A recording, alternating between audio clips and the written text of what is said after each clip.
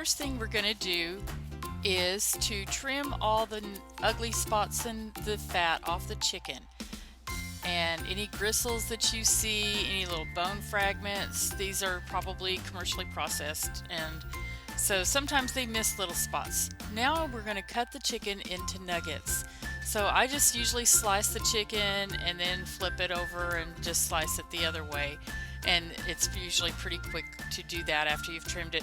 And as you're going through it, if you see any little ugly spots that you missed on the first go round, just set them aside and you can dispose of them after you're done trimming everything and getting them ready for nuggets. So after we get our chicken cut into nuggets, I usually just set it in a little bowl, and then what I do is I take a cup of buttermilk. You can use regular milk if you want, and then I crack an egg into it, and then I stir that together. And so what we're going to do is we're going to pour that over the chicken.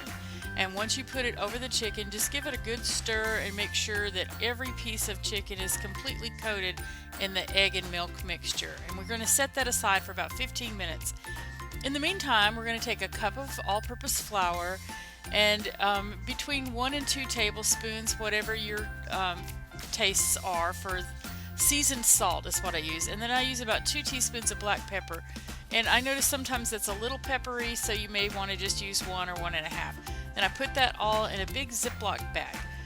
And so then I just drain the milk egg mixture off the chicken. You still want it to be coated with the milk and egg, but you don't want it to be, totally goopy.